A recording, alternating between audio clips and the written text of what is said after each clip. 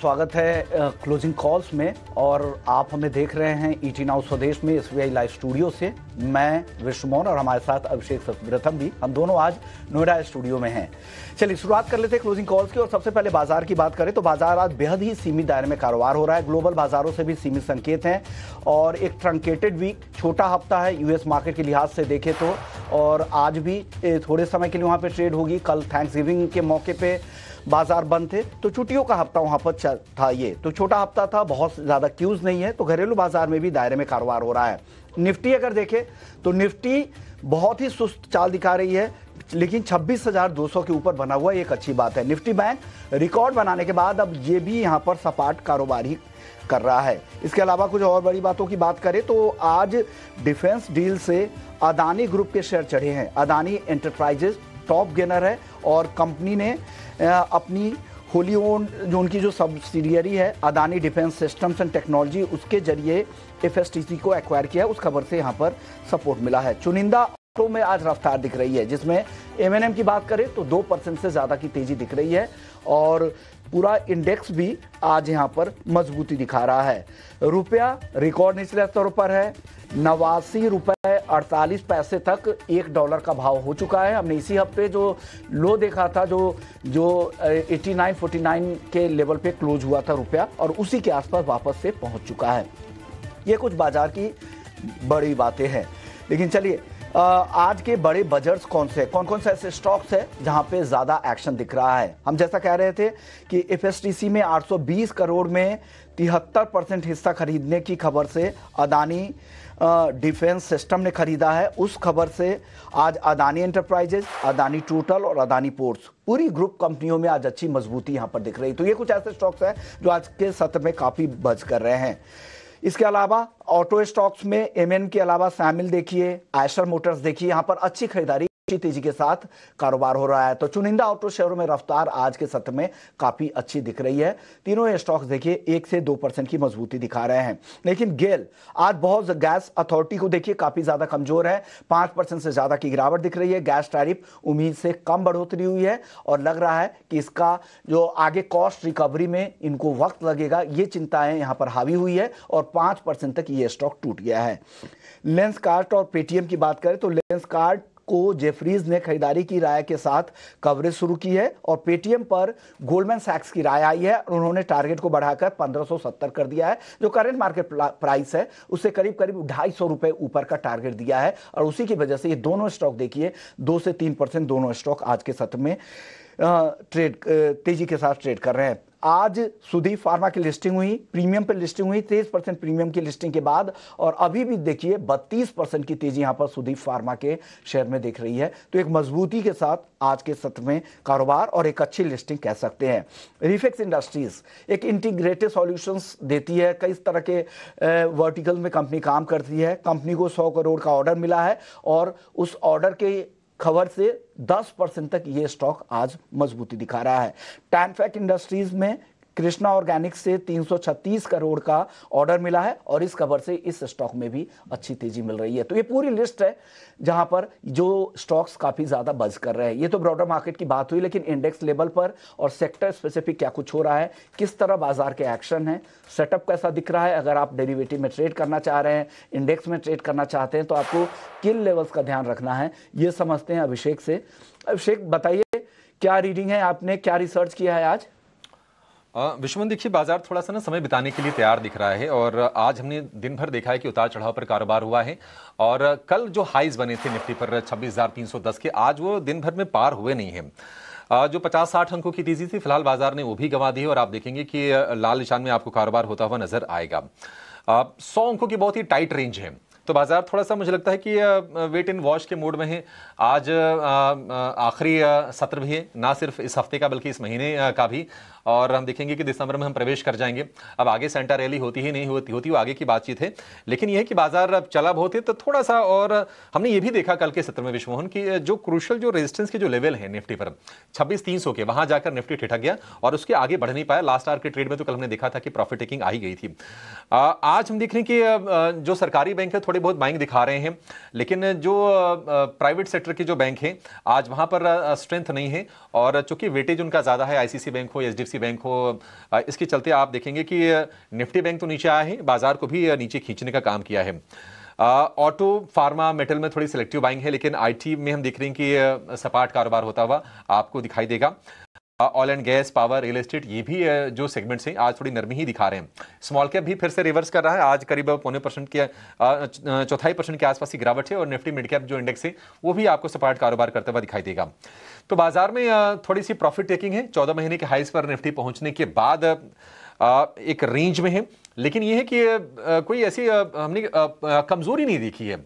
मैं ऑप्शंस की डेटा भी चेक कर रहा था विश्वमोहन, और उससे भी जो इंडिकेशंस मिल रहे हैं वो यही मिल रहे हैं कि 26,000 के जो लेवल्स हैं वो काफ़ी हद तक प्रोटेक्टेड हैं। एक बढ़िया सपोर्ट वहाँ पर बिल्ड हो गया है, क्योंकि आप देखेंगे कि पुट साइड पर वहाँ पर अच्छी आपको कंसंट्रेशन दिखाई देगी ओपन इंटरेस्ट में।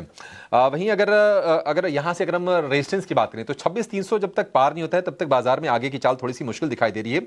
जो सबसे बड़ी बात है जो बाजार के लिए है फिलहाल यही दिखाई दे रही है, तो इस रेंज में रहेगा। इस रेंज के किसी साइड पर टूटने पर फिर बाजार की आप चाल को बदलते हुए देखेंगे। निफ्टी बैंक की अगर हम बात करें तो निफ्टी बैंक में हम देख रहे हैं कि आज नया हाई बना तो, और देखिए डेफिनेटली इसमें कोई दो राय नहीं है कि स्ट्रॉन्ग ज्यादा है निफ्टी के मुकाबले निफ्टी बैंक। आज जो बड़े जो स्टॉक्स हैं निफ्टी बैंक के प्राइवेट बैंकों में जिनका वेटेज ज्यादा है वहां पर थोड़ी सी हम प्रॉफिट टेकिंग देख रहे हैं। कोई ऐसी स्ट्रक्चर वीक होने के संकेत नहीं है। सबसे ज्यादा कमजोर कौन है? एक्सिस बैंक कमजोर है, करीब करीब 1% के आसपास से गिरावट है। HDFC बैंक, ICICI बैंक में भी आज थोड़ी कमजोरी हम देख रहे हैं। कुल मिलाजुला के 12 में से 6 शेयर आप देखेंगे कि तेजी वाले हैं, 6 शेयर मंदी वाले हैं। सरकारी बैंकों में थोड़ी सी बाइंग फिर से लौट रही है, SBI इंटेंट दिखा रहा है। तो अलग अलग खेमे बाजार में लगातार एक्टिव होते रहते हैं, लेकिन निफ्टी बैंक में भी मुझे लगता नहीं कि कोई दिक्कत की बात है। और अगर 59,500 के आसपास अगर निफ्टी बैंक मिले, मेरा मानना है कि एंट्री करनी चाहिए। 26,000 के आसपास अगर आपको निफ्टी मिल जाए तो एंट्री करनी चाहिए। बाय ऑन डिप्स का बाजार है, आगे कुछ क्यूज हैं, देखते हैं कि उन क्यूज के आधार पर कैसी चाल रहती है। थोड़ा समय इन स्तरों पर बिता सकता है बाजार, और अगर आपके पैसे अगर बाजार में बन रहे हैं तो मेरा मानना है कि ये समय वो भी है कि आप थोड़ी आंशिक मुनाफा वसूली के बारे में सोचिए। अच्छे स्ट्रेंथ हमने देखी है बाजार में, तो आप ये करके चलिए। बाजार में कोई दिक्कत वाली चीज फिलहाल नजर नहीं आ रही है विश्वमोहन। तो बाजार में कोई उस तरह की दिक्कत नहीं है, लेकिन जैसा आप कह रहे थे कि 26,300 एक अहम लेवल है। अगर उसके ऊपर बाजार निकलता है फिर आप देख सकते हैं कुछ डिसाइसिव मूव आएंगे, कुछ बड़ी तेजी। फिर 26,500, 26,700 वो लेवल हैं, उसका रास्ता भी खुलेगा। बैंक निफ्टी, जैसा आप पिछले सेशन में मुझे याद है बुधवार को बातचीत भी हो रही थी, आप कह भी रहे थे कि आउट परफॉर्मेंस नजर आएगा बैंक निफ्टी से, और वो आउट परफॉर्मेंस नजर आया भी है। चलिए, ये तो बाजार की बड़ी बातें हो गई, बाजार के लिए सेटअप कैसा दिख रहा है। और अब शुरू कर लेते हैं क्लोजिंग ट्रेड्स की, जहां पे हमारे मेहमान आपको बताएंगे कि आज आपको क्या करना है। उससे पहले लेते हैं एक छोटा सा ब्रेक के बाद लौटेंगे तो अपने मेहमानों को जोड़ेंगे और आपके लिए बेहतरीन क्लोजिंग ट्रेड्स लेकर आएंगे। जल्द लौटते हैं।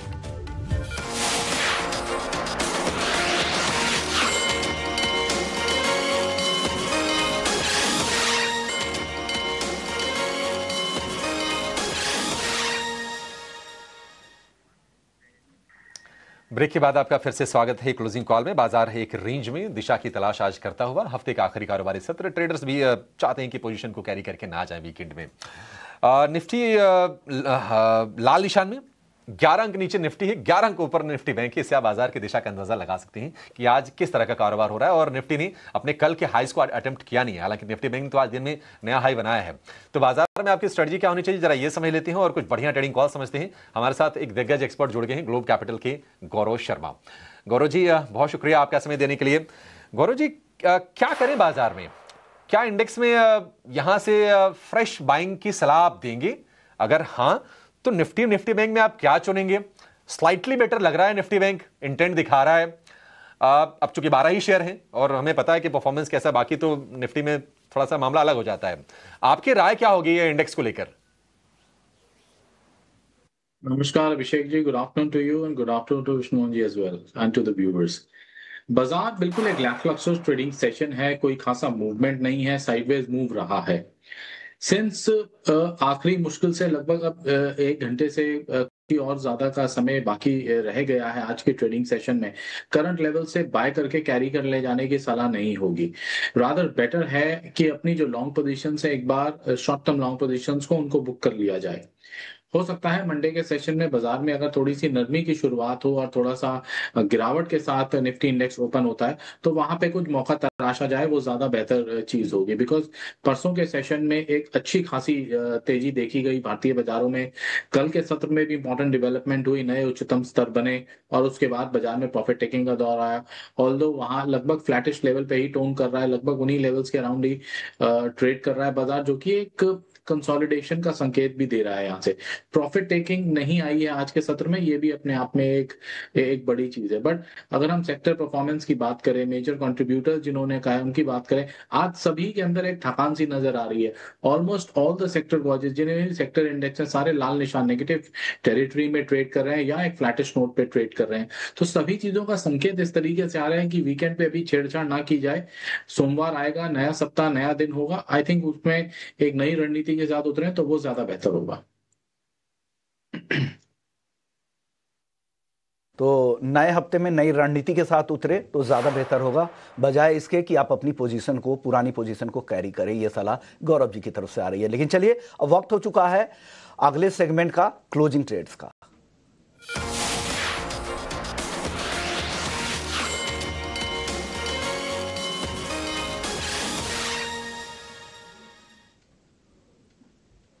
हमारे साथ गौरव शर्मा और कुणाल परार भी हैं। कुणाल, आपसे शुरू करूंगा ट्रेडिंग कॉल्स की। बताइए क्या आज आपने चुन के लाए हमारे इन्वेस्टर्स और ट्रेडर्स के लिए? दो स्टॉक है एंड दोनों यहाँ पे खरीदारी करके चलने की सलाह रहेगी। सबसे पहला लॉरस लैब। एंड जब भी कोई अनसर्टेनिटी आती है या जब भी कोई डर लगता है, लोग मोस्टली डिफेंसिव स्टॉक का सेक्टर के पीछे जाते हैं और फार्मा एक डिफेंसिव सेक्टर है। लॉरस लैब यहाँ पे खरीदारी करके चलने की सलाह है।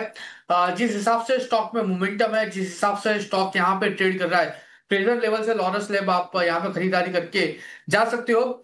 990 का हम यहाँ पे एक एसएल मेंटेन करके चलेंगे। पहले भी हमने लॉरस लैब का कॉल दिया था और वहां पे टारगेट अचीव कराया था। वापस हम लॉरस लैब का कॉल दे रहे हैं। 990 का एसएल मेंटेन करके चले। 1060 का पहला टारगेट, जैसे ही वो ब्रेक होता है आपको ऊपरी लेवल पे 1110 तक का दूसरा टारगेट भी देखने को मिल सकता है। एंड दूसरा जो है वो है एसआरएफ है। एसआरएफ की बात करें तो आज के दिन में बहुत बढ़िया मोमेंटम हमें एसआरएफ में देखने को मिली है। 2915 के अराउंड ये स्टॉक ट्रेड हो रहा है। रिजल्ट लेवल पर खरीदारी करके चलने की सलाह रहेगी 2880 के एसएल के साथ। टारगेट की बात करें तो 3000 का पहला टारगेट है। जैसे ही ये टारगेट ब्रेक होता है आपको 3050 से 3085 का दूसरा टारगेट भी देखने को मिल सकता है। सो यहाँ पे लॉरस लैब और एसआरएफ दोनों यहाँ पे खरीदारी करके चलने की सलाह है। ओके, तो लॉरस लैब जहां पे आपको 990 का स्टॉप लॉस लगाना है, 1060 और 1110 दो टारगेट है। एसआरएफ खरीदना है, 2880 का स्टॉप लॉस लगाना है, 3000 पहला टारगेट, फिर 3085 के टारगेट के लिए भी आप यहां पर होल्ड कर सकते हैं। गौरव जी, आप बताइए आपकी राय क्या है क्लोजिंग ट्रेड्स में आज? मैंने भी दोनों शेयर अभी लॉन्ग साइड के लिए ही रखे हैं अपने। बाजार का स्ट्रक्चर स्ट्रांग है, बाजार में थोड़ी बहुत प्रॉफिट टेकिंग आई तो आ जाएगी, वो एक अच्छी अपॉर्चुनिटी होगी। पहला स्टॉक जो मैं देना चाहूंगा वो ऑटो सेक्टर से है। फोर्स मोटर का शेयर्स यहाँ पे बहुत ही अच्छी फॉर्मेशन बनाया हुआ है। अब ऐसा लग रहा है कि यहाँ पे अब फोर्स मोटर के अंदर एक नई फोर्स आनी चाहिए और एक दोबारा इसके अंदर चाल बनने की मुझे पूरी उम्मीद है। देयरफॉर फोर्स मोटर्स पे करंट लेवल पे बाय की सलाह होगी।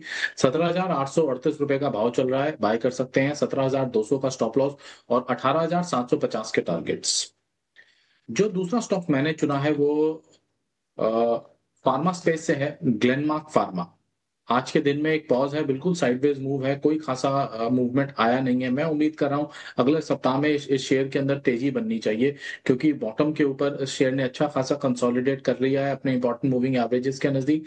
अब यहां से चलने की गुंजाइश काफी ज्यादा है। करंट लेवल 1945 बाय की सलाह है, 1875 का स्टॉप एंड 2100 तक के हम टारगेट्स एक्सपेक्ट कर सकते हैं इस स्टॉक में आने वाले 2 से 3 ट्रेडिंग सेशंस में। ठीक है, ग्लेनमार्क फार्मा को लेकर ये भी थोड़े दिन पहले अच्छी खबर भी आई थी इसके लिए, और 2100 रुपये का टारगेट होगा, 1875 रुपये का आप स्टॉप लॉस लगा के चलिए।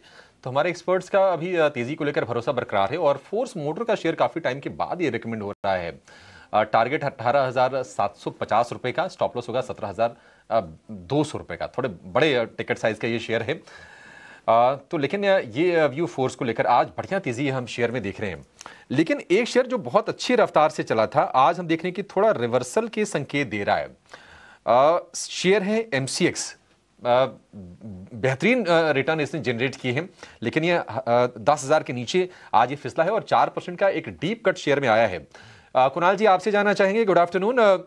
MCX में अगर तेजी की किसी के पोजीशन है तो आप कौन से स्टॉप लॉस के साथ बने रहने की सलाह देंगे, और ये करेक्शन और बढ़ेगा तो नहीं यहां से? में देखने को मिली है पिछले 6 महीने में देखने जाए तो एक टाइम पे स्टॉक 4,500 के लेवल पे था और वहां से वन वे रैली में 10,400 तक के लेवल दिखाया है। नाउ प्रेजेंट लेवल से माइनर करेक्शन का एक्सपेक्टेड है। लोअर लेवल की बात करें तो 9,600 तक के लेवल हमें यहाँ पे देखने को मिल सकते हैं और उसके अलावा दूसरा कोई सपोर्ट फिलहाल MCX में देखने को नहीं मिल रहा है। तो अगर पोजीशन किसी ने बनाई है तो 9,600 का ही ऐसे यहाँ पे मेंटेन करना पड़ेगा, क्योंकि अगर ये ब्रेक होता है तो वी करेक्शन में आपको ये 8,700 तक के लेवल दिखा सकता है। तो अगर किसी की पोजीशन है तो 9,600 के एसएल के साथ यहाँ पे एक बार होल्ड करके चलने की सलाह है। ठीक है, MCX के लिए जो स्टॉप लॉस बताया कुणाल जी ने, आप उसको फॉलो कीजिए और आप शेयर में इसमें बने रहिए। गौरव जी, दो शेयर जरा मुझे बताइए, दोनों में से तुलना करके कि अभी यहां से गुंजाइश आपको किसमें ज्यादा दिख रही है। एक M&M और एक उसी ग्रुप की company M&M finance. M&M finance में बहुत ही सॉलिड रिटर्न बने हैं। अगर मैं इस साल की बात करूं तो करीब 45% ये शेयर चला है और तेजी इसके रुक नहीं रही है। इनफैक्ट महीने भर में अगर आप देखेंगे तो 22-24% के आसपास के रिटर्न इसमें बन गए हैं। दोनों में से अगर एक चुनना हो तो आप किस साइड पर जाएंगे? M&M के साथ जाऊंगा। इसका रीजन ये है, मुझे फाइनेंस और NBFC स्पेस में दूसरे अन्य शेयर्स भी हैं जो खासे पसंद आ रहे हैं, लेकिन इस समय जिस प्रकार की M&M की स्ट्रैटेजी, M&M की growth, product pipeline, existing product structure and the future products जो उनके अभी किटी में हैं, जिस टाइप से वो लॉन्च करने वाले हैं, वो मुझे ज्यादा इंप्रेसिव लग रहा है। Therefore I feel going forward आने वाले, अगर हम 6 महीने साल भर की बात करें तो शायद अगर दोनों में दौड़ लगी तो M&M को ये दौड़ जीतनी चाहिए।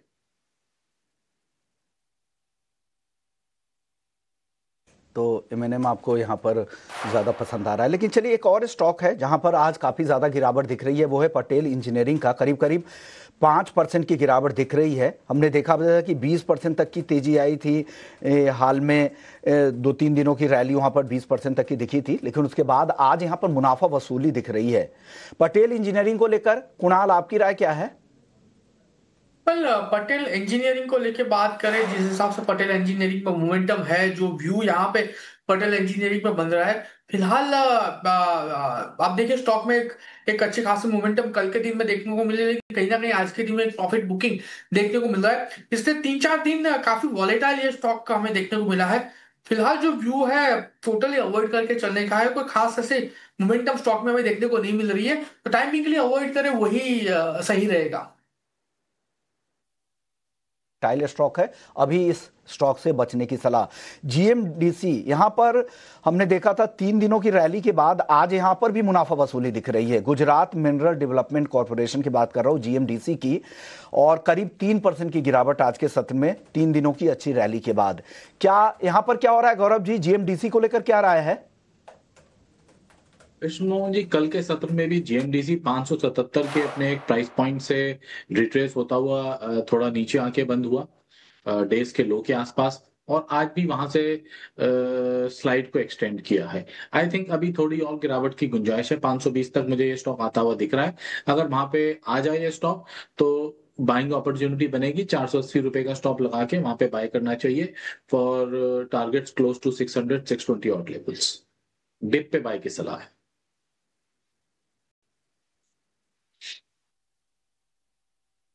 तो डिप में खरीदारी की सलाह यहाँ पर आ रही। कुछ और स्टॉक्स पे चर्चा कर लेते हैं जहाँ पर आज काफ़ी ज़्यादा एक्शन दिख रहा है। कुछ डेरिवेटिव के स्टॉक्स की बात करते हैं। IEX, यहाँ पर भी आज काफ़ी गिरावट है, 2.25% की गिरावट है। IGL में गिरावट है, IGL और IEX दोनों में गिरावट दिख रही है 2 से 2.5% तक की। कुणाल जी, क्या राय है IGL और IEX दोनों स्टॉक्स पे? आईजीएल की बात करें, सबसे पहले जिस हिसाब से मोमेंटम आईजीएल में यहाँ पे देखने को मिल रही है, आप देखिए स्टॉक का फिलहाल 201 के अराउंड है और अच्छा खासा सपोर्ट उसने लिया हुआ है। पहले भी 190 के अराउंड का सपोर्ट लेके काउंटर ने हमें 220 तक के लेवल दिखाए थे, तो सेम रेप्लिकेट मोमेंटम का एक्सपेक्टेशन रख सकते हैं। 190 का हम यहाँ पे एक एसएल मेंटेन करके चलेंगे। टारगेट की बात करें तो 201 के अराउंड है, 190 का आप एसएल मेंटेन करके चले। 210 का पहला टारगेट है, एंड जैसे ही 210 ब्रेक करेगा 224 तक के भी टारगेट आपको यहाँ पे आईजीएल में देखने को मिल सकते हैं।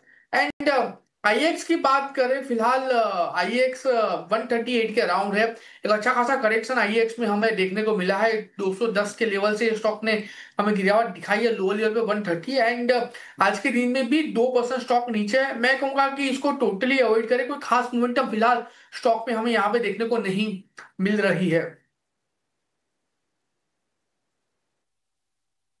पूरी तरह से अवॉइड करने की सलाह कुणाल जी की तरफ से आ रही है, दूर रहे इस स्टॉक से। चलिए वक्त है ब्रेक का। ब्रेक के बाद ऐसे ही कुछ और इंटरेस्टिंग आइडियाज आपके लिए बेहतरीन ट्रेडिंग पिक्स लेकर आएंगे। चल लौटते हैं।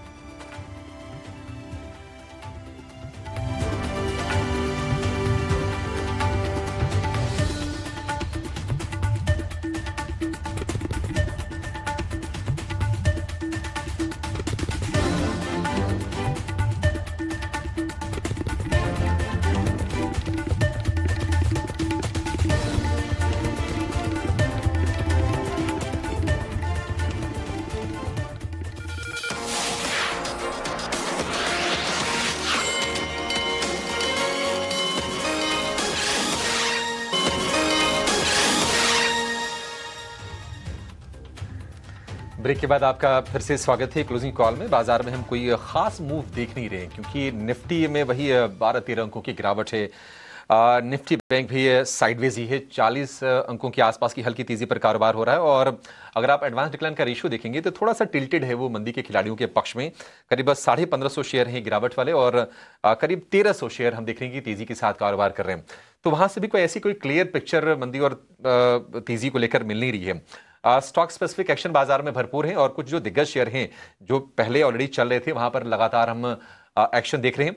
उसमें आज देखिए निफ्टी का जो टॉप गेनर है एमएनएम, करीब 2% के आसपास की मजबूती, इसमें लगातार तेजी है, सस्टेन बाइंग है। एसबीआई में थोड़ी प्रॉफिट टेकिंग आई 999 के लेवल तक जाने के बाद। फिर से आज हम देखने की करीब 1% ऊपर आपको ये शेयर कारोबार करते हुआ दिखाई देगा। और थोड़ी सी प्रॉफिट टेकिंग के बाद आयशर भी एक्शन में लौटा है। एचयूएल हल्की गेंस के साथ आगे बढ़ रहा है, हालांकि काफी ज्यादा निराश किया है एचयूएल के शेयर ने। आज फाइनेंशियल्स में और एनबीएफसी में और इंश्योरेंस वाले शेयरों में आज कमजोरी है। एसबीआई लाइफ और एचडीएफसी लाइफ, ये दोनों के दोनों शेयर हम देख रहे हैं कि निफ्टी के सबसे ज्यादा गिरने वाले शेयरों में शुमार हैं। लेकिन एक और एक्सपर्ट को शो में शामिल कर लेते हैं। हमारे साथ जुड़ गई हैं हेम सिक्योरिटीज की आस्था जैन। आस्था जी, बहुत शुक्रिया आपका समय देने के लिए। Good afternoon. स्टॉक्स पे ही बातचीत करेंगे, इंडेक्स थोड़ा छोड़ देते हैं। बताइए आपने कौन से स्टॉक्स को रीड किया है और अभी के लिए आपकी जो क्लोजिंग कॉल्स होंगी वो कौन सी होंगी? हाँ जी, बिल्कुल। Good afternoon to everyone. देखिए, मार्केट इंफ्रा स्टॉक्स एक अच्छा मूव दिखाते हुए हमें नजर आ रहे हैं। तो उसी श्रृंखला में देखिए तो 361 वैम ये मुझे काफी पसंद आ रहा है। चार्ट पे बेहद स्ट्रॉन्ग फॉर्मेशन हुई है, 1181 के आसपास अभी ये चल रहा है। मेरे हिसाब से थोड़ी सी गिरावट आती है 1170 के जोन में, तो खरीदारी के मौके तलाशने चाहिए। 1130 के स्टॉप लॉस के साथ टारगेट रहेगा 1220 का पहला, 1220 का पहला, 1230, 1230 का दूसरा टारगेट। तो पहला स्टॉक जो पसंद आ रहा है वो है 361 वैम और खरीदारी करने की सलाह रहेगी इस काउंटर पे।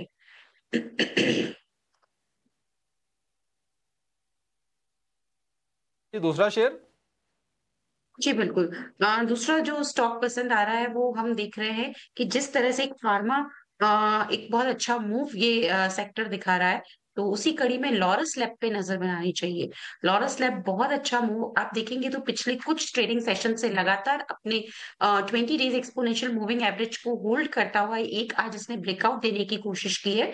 अगर ये 1033 के ऊपर निकल जाए, यहाँ से ₹2 ऊपर की मैं बात कर रही हूँ, तो बहुत बढ़िया मूव हमें और आगे जाते हुए ये काउंटर दिखा सकता है। 1029 के जोन में खरीदना है, जो कि अभी इसका ट्रेडिंग भी चल रहा है जिस लेवल्स पे। स्टॉप लॉस के लिए यहाँ पे जो लेवल अच्छा लगता है वो 995 का रहेगा, 995 का स्टॉप लॉस। और टारगेट अब इसमें जो रहेंगे वो 1090 तक के और 1100 तक के रहेंगे। ठीक है, लॉरस के लिए 1100 तक के टारगेट्स। सीडीएमओ स्पेस की अगर हम बात करें तो एक प्रोमिनेंट नेम बन के उभरा है लॉरस लैब, और अच्छे से पैसे बना के भी दिए हैं। और अगर आप वायदा में भी देखेंगे तो आज कॉल साइड पर अच्छी पोजीशन बनती हुई दिख रही है लॉरस लैब्स में। 1030 रुपए का भाव फिलहाल है। 1100 रुपए तक जाने का ये दमखम रखता है लॉरस लैब्स का शेयर। 1090 टारगेट, 995 रुपए का आपको स्टॉप लॉस लगा के इस शेयर में रखना है। कुछ और स्टॉक्स जरा तलाशते हैं कि कहां पर आपके लिए मौके बन सकते हैं। नायका जरा लेकर आइए। नायका में क्या स्टीम बचा है? यहां से एक लेग की रैली दिखा चुका है नायका, थोड़ा समय बिताया है इसने। हमने देखा कि 260 रुपए के आसपास आने के बाद 260 से 70 की रेंज में। कुणाल जी, नायका यहां से ये स्टॉक कितना आपको आकर्षक लग रहा है, और चार्ट्स की जो फॉर्मेशन है वो क्या इंडिकेट कर रहे हैं? स्टॉक देखने जाए तो जो मोमेंटम फिलहाल नाइका में है 268 के अराउंड स्टॉक ट्रेड हो रहा है। अच्छी खासी रैली स्टॉक ने हमें दिखाई है। एक टाइम पे ये स्टॉक 150-160 के अराउंड था, फिलहाल स्टॉक 268 के अराउंड है। खरीदारी करके चलने की सलाह रहेगी क्योंकि रिसेंट का जो टॉप है उसके ऊपर स्टॉक सस्टेन हो रहा है। 268 के अराउंड है, खरीदारी करके चलिए। लोअर लेवल पे 263 का सपोर्ट है, 262 का हम यहाँ पे एक ऐसे मेंटेन करके चलेंगे। टारगेट की बात करते हैं तो जिस हिसाब से स्टॉक में मोमेंटम है, पहला टारगेट 273 का है जो स्टॉक दिखा सकता है, और 273 अगर ब्रेक होता है तो 280 तक के भी लेवल ये स्टॉक हमें दिखा सकता है। ओवरऑल जो व्यू है पॉजिटिव साइड का है, मेंटेन करके चलने की सलाह रहेगी, खरीदारी करके जा सकते हैं। ठीक है, खरीदारी करके जा सकते हैं। और 273 अगर पार हुआ तो फिर आप 280, जो ये रिसेंट हाई भी है 273 का, उसके बाद 280।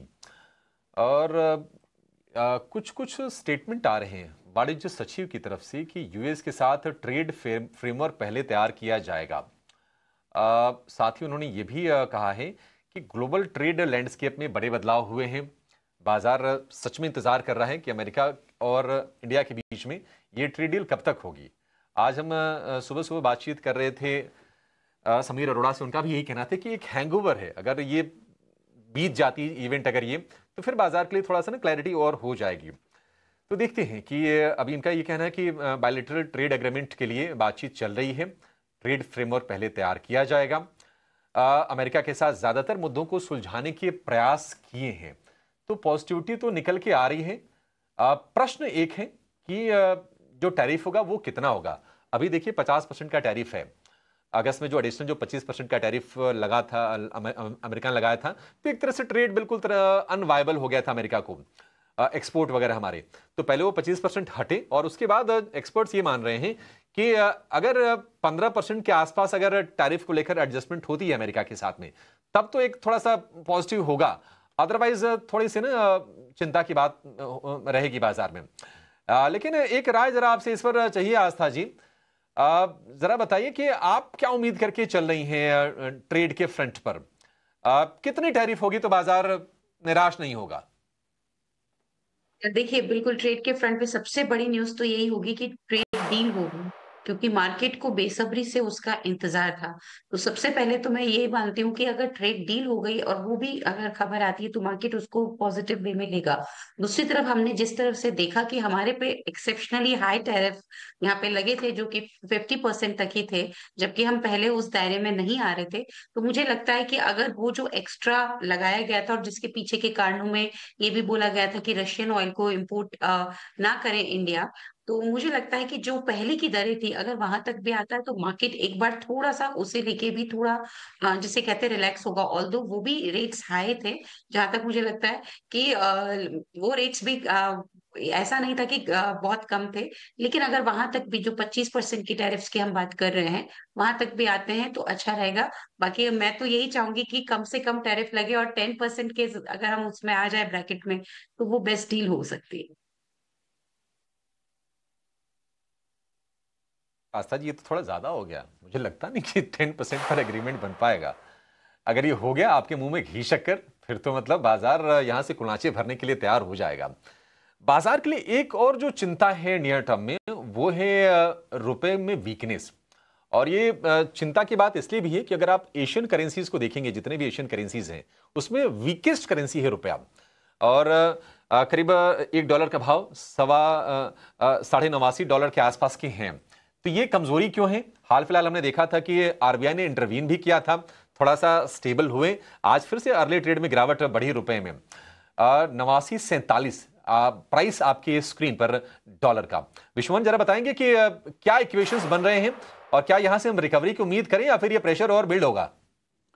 देखिए, जैसा आप लोग अभी बातचीत कर रहे थे, ट्रेड डील की वजह से ये सबसे ज़्यादा ओवरहैंग है बाजार के लिए, करेंसी मार्केट को लेकर रुपया इस वजह से सबसे ज़्यादा कमज़ोर हो रहा है। अगर वहाँ पर कुछ अगर डील होती है, ट्रेड डील होती है, तो डेफिनेटली रुपए को एक कुशन मिलेगा, सपोर्ट मिल सकता है। अभी देखिए, अभी रिकॉर्ड निचले स्तरों के आसपास है। 6 महीने में ही आप देख लीजिए करीब करीब 4.5%। ये किसी भी इमर्जिंग मार्केट की करेंसी में इतनी गिरावट नहीं दिख रही है जितना रुपए में दिख रहा है। हमारा ट्रेड डेफिसिट रिकॉर्ड ऊंचाई पर है। इसके अलावा जो हमारे इंपोर्ट बिल आए हैं, खास करके सोने चांदी का बम्पर इंपोर्ट हुआ है अक्टूबर में। अब ये भी कहा जाने लगा है कि कई इस बार बजट में, जो आगामी जो बजट है अगला, उसमें कहीं इंपोर्ट ड्यूटी ना सरकार बढ़ा दे। तो ये सारी चिंताएं हैं। एक तरफ हमारा खुद का भी तिलहन का उत्पादन बढ़ रहा है, लेकिन हमारे जो इंपोर्ट के बिल है एडिबल ऑयल के, वो भी बढ़ते जा रहे हैं। तो ये एक सरकार के लिए बड़ा कंसर्न है। और इस हफ्ते की जो गिरावट है ना, आमतौर पे जब महीने के अंत में इंपोर्टर्स की तरफ से डिमांड बढ़ जाती है डॉलर की, इस वजह से भी ये गिरावट दिख रही है। डॉलर भी अभी थोड़ा मजबूत हुआ है, 100 के आसपास अभी भी डॉलर इंडेक्स बना हुआ है। तो ये सारे फैक्टर है जो रुपए पर दबाव बना रहे हैं। लेकिन सबसे बड़ा जो ओवरहैंग है वो है ट्रेड डील को लेकर। अगर वो हो जाती है तो डेफिनेटली रुपए में 1% के आसपास को तो सुधार यहाँ पे जरूर दिख सकता है। काफी उम्मीदें हैं, काफी कुछ यहाँ पर सही होने के आसार हैं, लेकिन वीकनेस लगातार बनी हुई है। और अगर हम इसके रुपए के अंडर वैल्यूएशन की बात करें तो 7 साल में सबसे लंबा ये स्ट्रेच है रुपए के लिए। देखते हैं कि ये आगे रेगुलेटर्स का कदम क्या होता है रुपए को सपोर्ट करने के लिए। लेकिन चलिए कुछ और स्टॉक्स के बारे में जरा बातचीत करते हुए, हमारे एक्सपर्ट्स तो हमारे साथ तैयार हैं, उनसे जरा व्यू लेते हैं। एक राय फिर से जरा SBI पर लेना चाहेंगे। गौरव जी, आप जरा बताइए, SBI फिर से क्या बढ़ चला है ये 1000 रुपए वाले लेवल की तरफ? और जो लोग थोड़े बहुत रैली मिस कर गए थे पिछले वाली, क्या उनके लिए अभी भी यहां से अपॉर्चुनिटी है? अभिषेक जी, ये पूरी तरह निर्भर करता है अपॉर्चुनिटी है या नहीं, कि होल्डिंग का, इन्वेस्टमेंट का, निवेश का टाइम फ्रेम क्या है। अगर एक शॉर्ट टर्म टाइम फ्रेम के लिए कह रहे हैं तो थोड़े बहुत जिटर्स जरूर देखने को मिल सकते हैं यहाँ से, कि हो सकता है कुछ साइडवेज हो जाए 1000 रुपए के यही करंट लेवल्स के आसपास। लेकिन अगर ड्यूरेशन थोड़ा भी लंबा है, एक क्वार्टर से ज्यादा का है, तो yes, they are certainly good amount of scope left.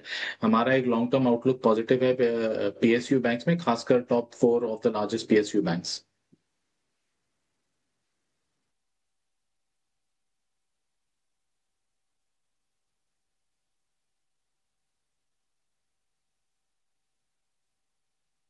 SBI को लेकर ये भी हो गया, लेकिन चलिए एक छोटे से ब्रेक के लिए यहाँ पर रुकेंगे। ब्रेक के बाद जब लौटेंगे तो एक ऑप्शन का बेहतरीन ट्रेड आपके लिए इंतजार कर रहा है। हमारे एक्सपर्ट्स भी रेडी हैं, कुछ इंटरेस्टिंग स्टॉक आइडियाज और लेकर आएंगे और कुछ बढ़िया रिसर्च भी होगी, आपकी जाएगा नहीं।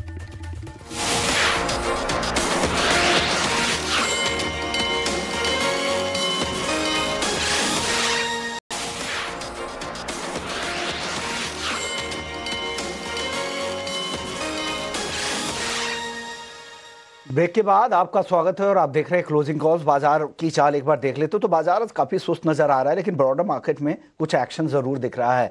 चलिए, इस बीच अरिहंत कैपिटल के रत्नेश गोयल जी हमारे साथ जुड़ गए हैं और शुरू कर लेते हैं ऑप्शंस का चैंपियन।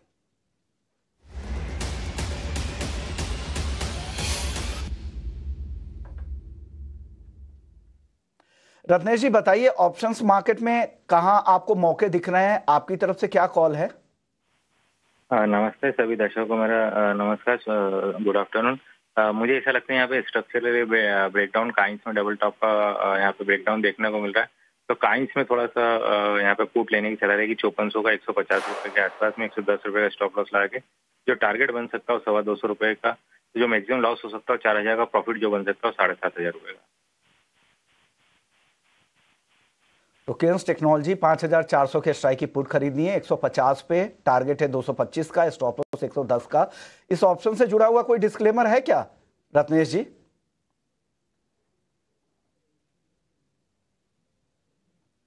चलिए, रत्नेश जी शायद बहुत जल्दी में थे, लेकिन उन्होंने ऑप्शंस में केन्स टेक्नोलॉजी के ऑप्शंस की पुट खरीदने की सलाह है, लेकिन रिस्क डिस्क्लोजर यही है कि हाँ 10 में से 9 लोगों को एफएनओ ट्रेडिंग में नुकसान होता है और औसतन 1 लाख रुपए का नुकसान हो जाता है। घाटा होने के बाद भी आपको 28% ट्रांजैक्शन के तौर पर देना पड़ता है। मुनाफा होने पर भी आपका 15 से 50% तक ट्रांजैक्शन के तौर पर खर्च हो जाता है। चलिए वापस से बाजार की ओर लौटते कुछ और स्टॉक्स की चर्चा कर लेते हैं जहां पर आज एक्टिविटीज ज्यादा दिख रही है। कुछ बड़े स्टॉक जहां पर अच्छा मूवमेंट आज के सत्र में दिख रहा है। एक स्टॉक है वेल्समन लिविंग का, आज यहां पर काफी अच्छी तेजी दिख रही है, 10% के आसपास की तेजी है वेल्समन लिविंग में। हाँ गौरव जी, क्या राय है वेल्समन लिविंग को लेकर आपकी? मुझे ये स्टॉक मेरे भी रेडार पे आया था, फॉर्मेशन वाइज बहुत अच्छा लग रहा है। ये भी बीटन डाउन स्टॉक है, एक इंडिया की दिग्गज टेक्सटाइल कंपनी है, larger chunk of business export से आता है और वो अच्छा खासा बिजनेस यूएस से भी आ रहा है। देयरफॉर ये एक वन ऑफ द बेनिफिशियरीज हैं अगर इंडिया और यूएस की ट्रेड डील के, तो आई थिंक शायद उसी का ही एक pre-empt version of N accelerated up move हमें यहाँ देखने को मिल रहा है। जिस टाइप से आज बाइंग हुई है, शानदार 10% की तेजी है, मल्टीफोल्ड वॉल्यूम्स नजर आ रहे हैं। आई थिंक ये अपमूव अभी एक्सटेंड होता हुआ नजर आ रहा है। 152-55 के करीब का पहला टारगेट मुझे लगता है आता हुआ, और वो निकलता है तो उसके बाद 165 की 70 की रेंज के लिए ये शेयर तैयार है। ओवरऑल स्ट्रक्चर अच्छा है, बाय कर सकते हैं स्टॉक को। वेल्समन लिविंग को लेकर अभी भी इसका स्ट्रक्चर अच्छा दिख रहा है, यहां से और तेजी की संभावनाएं आपको दिख रही है। हिंदुस्तान जिंक निफ्टी मेटल का टॉप गेनर है और पिछले 4 सत्रों में देखिए करीब करीब 8% की तेजी आ चुकी है। अच्छा मोमेंटम दिख रहा है और देश की सबसे बड़ी चांदी उत्पादक कंपनी है और उसका फायदा भी मिल रहा है क्योंकि चांदी के दाम लगातार बढ़ते जा रहे हैं। और सीधा अगर सिल्वर का एक प्रॉक्सी प्ले के तौर पर इसे देख सकते हैं, सिल्वर में अगर पैसे नहीं लगाना चाह रहे हैं तो हिंदुस्तान जिंक के जरिए, क्योंकि सबसे लीडिंग प्लेयर यहां पर है। हिंदुस्तान जिंक को लेकर कुणाल आपकी राय क्या है? हिंदुस्तान जिंक की बात करें, जैसे मोमेंटम फिलहाल हिंदुस्तान जिंक में हमें देखने को मिल रही है, एक अच्छे खासे लेवल पे ये स्टॉक ट्रेड कर रहा है। 485 के अराउंड 2.5% ऊपर है आज ये स्टॉक। इतना नहीं, आप देखिए हमने 25 नवंबर को भी 80 नाउ पे हिंदुस्तान जिंक दिया था, तब स्टॉक 462 पे चल रहा था और हमारा जो टारगेट था वो टारगेट हमारा 473 से लेके 488 तक का था। और आज देखने जाए तो ऊपरी लेवल पे 489 का हाई बना, यानी हमारा पहला टारगेट वहां पे अचीव हो चुका है। अगर पोजीशन है तो एक बार होल्ड करके चलने की सलाह रहेगी। ऊपरी लेवल पे वापस एक नई तेजी हमें देखने को मिल सकती है, जो 502 तक के लेवल पे ये स्टॉक जा सकता है। तो व्यू एग्जिस्टिंग पोजीशन को होल्ड करके चलने का है, नई पोजीशन बना के चलने का नहीं है। एंड अगर किसी ने ट्रेडिंग के लिहाज से अगर वो स्टॉक वहां पे लिया था तो वहां पे एक बार प्रॉफिट बुक करके भी जा सकते हैं और अल्टीमेट टारगेट 501 502 के भी यहाँ पे देखने को मिल सकते हैं। ओके, तो ये हिंदुस्तान जिंक को लेकर एक राय आपका भी लेना चाहूंगा आस्था जी, क्योंकि आप कमोडिटीज भी काफी लंबे समय तक ट्रैक करती रही हैं और चांदी में जिस तरह की तेजी दिख रही है, आज भी एक जबरदस्त रैली हम देख रहे हैं। सिर्फ हफ्ते भर में आप देखिए 12-13 हजार रुपए महंगी हो चुकी है चांदी, फिर से वही रफ्तार दिख रही है। चांदी पर भी राय दे और हिंदुस्तान जिंक पर दे, अगर दोनों में से एक खरीदना हो तो आप क्या खरीदना चाहेंगे? जी बिल्कुल, देखिए अगर चार्टिकली देखें तो हिंदुस्तान जिंक काफी काफी अच्छी पोजीशन में है। इतनी ब्यूटीफुल फॉर्मेशन है चार्ट पे, लगातार अगर हम यहाँ पे कंटिन्यूसली 3 ट्रेडिंग सेशन आज का छोड़ दे तो हायर हाई हायर लूज की फॉर्मेशन ने सभी मूविंग एवरेजेस के ऊपर आराम से वेल प्लेस्ड है। और ये काउंटर में हमने वॉल्यूम भी बहुत अच्छा कल के सत्र में देखा था। तो हिंदुस्तान जिंक अभी मुझे purely on the basis of chart short term perspective से Hindustan Zinc short term perspective से अच्छा लगता है। और बिल्कुल मैं भी एग्री करती हूँ, 500 के अबव लेवल्स हमें यहाँ देखने को मिलेंगे। लेकिन इसका अर्थ ये नहीं है कि चांदी पसंद नहीं आती, चांदी भी अच्छी लग रही है चार्ट्स पे। और देखा जाए तो चांदी में जो ये मोमेंटम आया है, मुझे लगता है कि एक बार ये जो अभी 1,63,000 के आसपास चल रही है, तो ये एक दायरे में अभी है 1,70,000 ऊपर की तरफ, नीचे की तरफ 1,40,000 इस रेंज में घूमती हुई नजर आएगी। पर अगर इसने एक बार 1,70,000 का लेवल तोड़ा, और अच्छी तेजी हमें चांदी में देखने को मिलेगी। तो दोनों ही चार्ट्स पे मजबूत लग रहे हैं, हिंदुस्तान जिंक का स्टॉक और चांदी as a commodity. Short term में हिंदुस्तान जिंक अच्छा लग रहा है।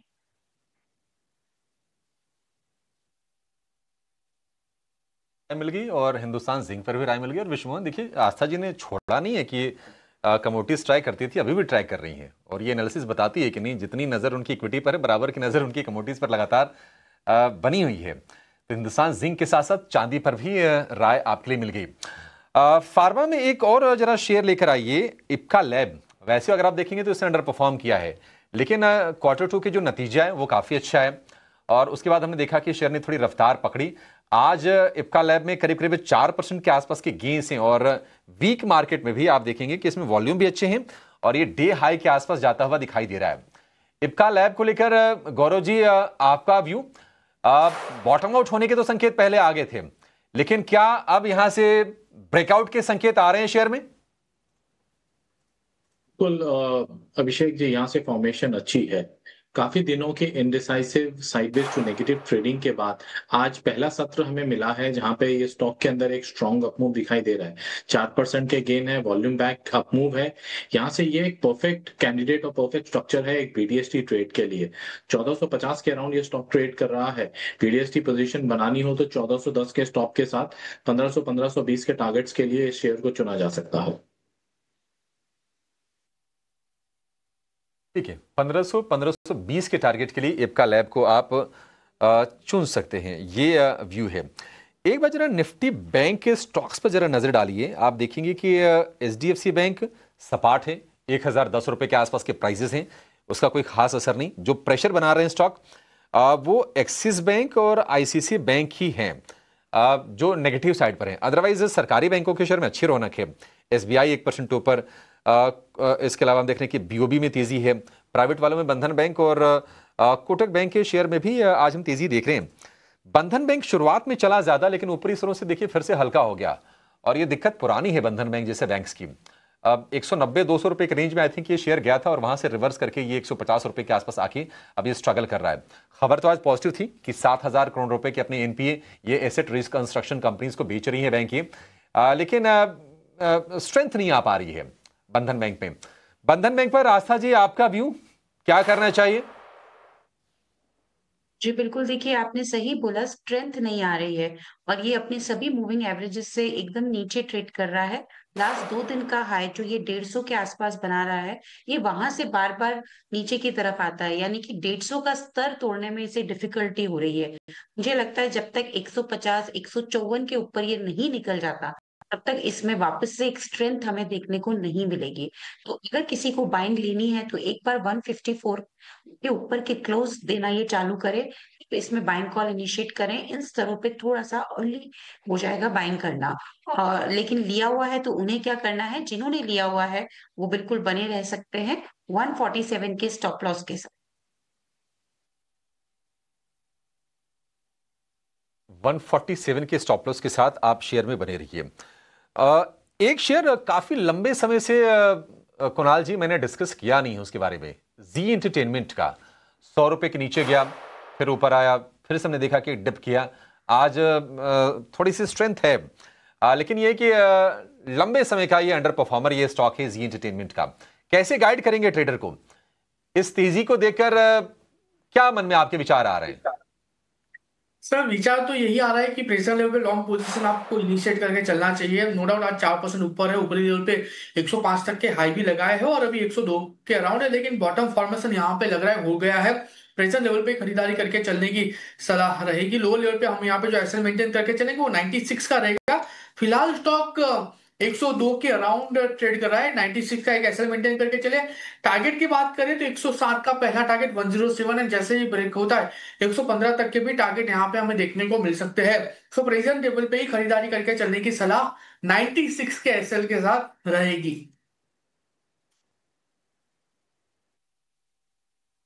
6 का एसएल जी एंटरटेनमेंट के लिए काफी लंबी चौड़ी बातें हुई थी इसके इनका जो ओटीटी प्लेटफॉर्म है Z5 को लेकर, उसकी प्रॉफिटेबिलिटी को लेकर, कॉस्ट रिड्यूस करने को लेकर पुनीत गोयनका की तरफ से काफ़ी बातें हुई थी।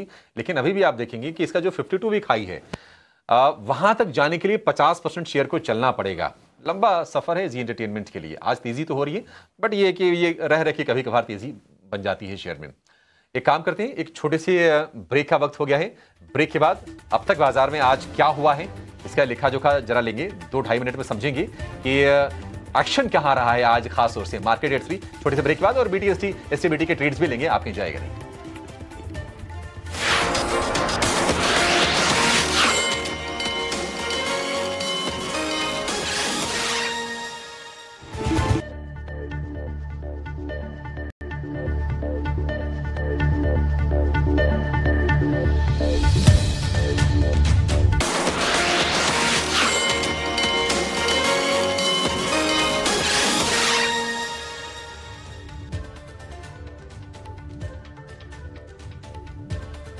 ब्रेक के बाद आपका स्वागत है और आप देख रहे हैं क्लोजिंग कॉल्स। अब देख लेते हैं अगले सेगमेंट का वक्त हो चुका है, मार्केट एट 3 का।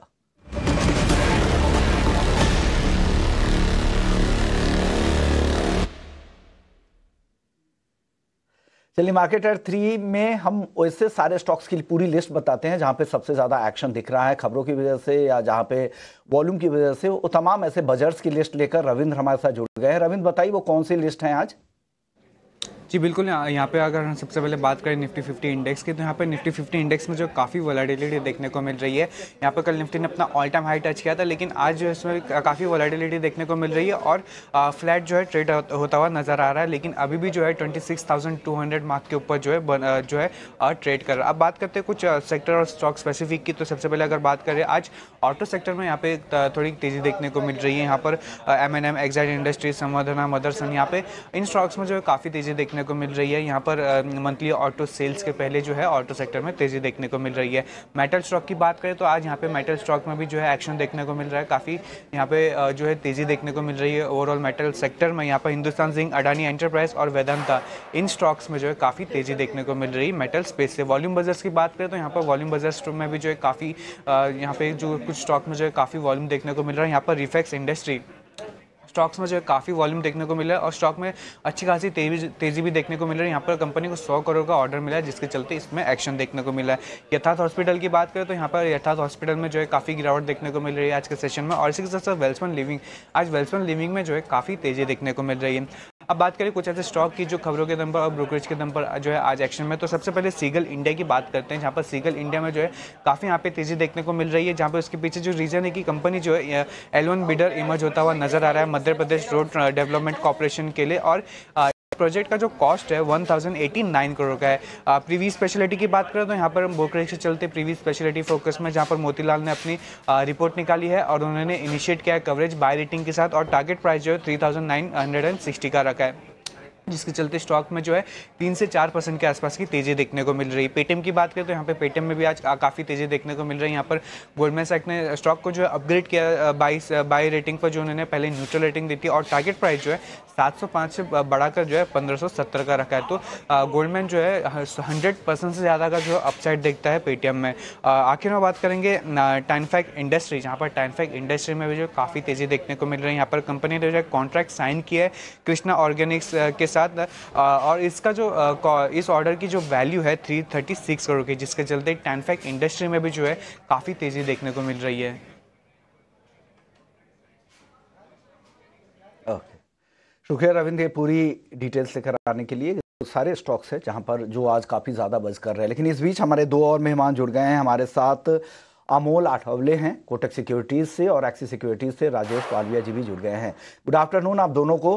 राजेश जी, आप बताइए आपके आज क्लोजिंग ट्रेड्स क्या हैं? Good afternoon everyone. So IIFL finance पहला स्टॉक होगा यहाँ पे बाय करने की सलाह रहेगी। IIFL फाइनेंस में अगर हम देखें तो स्टॉक एक क्लियरली एक अप ट्रेंड में, और स्टॉक में जो रिसेंट मूव बने उसने अपने प्रीवियस स्विंग हाई, जुलाई के जो स्विंग हाई थे उसको भी कंफर्टेबली क्रॉस किया है वीकली डेली चार्ट पे। तो हमें लगता है जिस तरीके की स्ट्रेंथ यहाँ पे near term short term chart पे IIFL पे बनी हुई है, यहाँ पे बाय करने की सलाह है। अपसाइड के टारगेट हम 605 रुपए तक एक्सपेक्ट कर रहे हैं। On the down side stop loss रखना होगा करीब 569 के आसपास। दूसरा स्टॉक जो पसंद आ रहा है वो है फार्मा स्पेस से, और उसमें हमें सन फार्मा यहाँ पे पसंद आ रहा है। अगर इसके near term short term structure देखें तो स्टॉक में एक फॉलिंग चैनल का ब्रेकआउट यहाँ पे मंथली और वीकली चार्ट पे आते हुए दिखा है। जिस तरीके के ब्रेकआउट बने हमें लगता है ये स्टॉक में फर्दर अपवर्ड मोमेंटम एक्सटेंड होते हुए दिखेगा। 1865 तक की अपसाइड के target trading point of view से एक्सपेक्ट कर रहे हैं। ऑन द डाउन साइड जो स्टॉप लॉस सजेस्ट करेंगे वो करीब होगा 1805 के आसपास। ओके, तो सन फार्मा 1865 का टारगेट, 1805 का स्टॉप लॉस, और आईआईएफएल फाइनेंस जहां पर 605 का टारगेट है, 569 रुपए का टारगेट आपने दिया है। दो टॉपिक आपकी तरफ से आ गई है। अमोल जी, आप भी बता दीजिए आपके क्लोजिंग ट्रेड्स आज के। जी नमस्ते एंड गुड आफ्टरनून। नायका के साथ जाना चाहूंगा। पोजिशनल पॉइंट ऑफ व्यू से देख रहा हूँ 269 के आसपास एक पोजिशनल टारगेट निकल के आ रहे, 290 के स्टॉप लॉस रहेगा उसका 262 का। एक स्टॉक कंसिस्टेंटली अप ट्रेंड में है। एक करेक्शन के बाद स्टॉक में एक रिवर्सल फॉर्मेशन देखने को मिला है, यही सेटअप कंटिन्यू रहा तो नायका में पोजिशनल पॉइंट ऑफ व्यू से फ्रेश अप ट्रेंड रैली आने के चांस चार्ट्स पे दिख के आ रहे। दूसरा टाइटन के साथ जाना चाहूंगा, 390 के आसपास है, ये भी पोजिशनल पॉइंट ऑफ व्यू से ये 4100 तक के टारगेट निकल के आ रहे। स्टॉप लॉस रहेगा उसका 3840 का। स्टॉक अप ट्रेंड में है, कंसोलिडेट जरूर हुआ है बट कंसोलिडेशन पॉजिटिव लग रहा है। जिस तरीके का फॉर्मेशन है मुझे लगता है टाइटन में एक फ्रेश ब्रेकआउट पॉसिबल है, तो वो अगर कंटिन्यू होता है पॉजिटिव सेटअप तो मुझे लगता है टाइटन में एक अप ट्रेंड जो बना हुआ है उसका एक्सटेंशन देखने को मिल सकता है। टाइटन में और तेजी यहां से एक्सटेंड होती है आपको दिख रही है। 4100 का टारगेट है, 3840 का स्टॉप लॉस है। एफएसएन ई कॉमर्स नायका जहां पर 262 का इसे लगाना है आपको और 290 का टारगेट है। चलिए, लेकिन एक और स्टॉक जहां पर आज काफी ज्यादा एक्शन दिख रहा है पेटीएम का, और जो ब्रोकरेज के अपग्रेड के बाद ये बड़ी तेजी आई है, और क्या कुछ है इसकी डिटेल समझते हैं अभिषेक से। अभिषेक बताइए पेटीएम को लेकर और क्या डिटेल्स हैं। विश्वमोहन, लगातार फोकस में है पेटीएम का शेयर। इसी हफ्ते हमने देखा था कि आरबीआई से इनको पेमेंट एग्रीगेटर का लाइसेंस मिला था और उस दिन भी शेयर में तेजी बनी थी। लेकिन आज की तेजी की वजह यह है कि इस पर गोल्डमैन सैक्स का डबल अपग्रेड आया था और न्यूट्रल से उन्होंने बढ़ाकर सीधे बाय की रेटिंग दी है और टारगेट भी अपग्रेड किया है। पहले इनका टारगेट था, बहुत ज्यादा बेरिश थे शेयर पर, 705 रुपए का टारगेट था, उसको बढ़ाकर कर दिया है 1570 रुपए का। और जो करंट प्राइस है वहां से ये जो टारगेट प्राइस है गोल्डमैन सैक्स का, ये करीब करीब 20% ऊपर का है। इन्होंने बुलिश आउटलुक जो में करीब 1870 रुपए, और अगर हम ब्लू स्काई सिनेरियो की बात करें तो उसमें 2320 रुपए तक का इन्होंने टारगेट दिया है।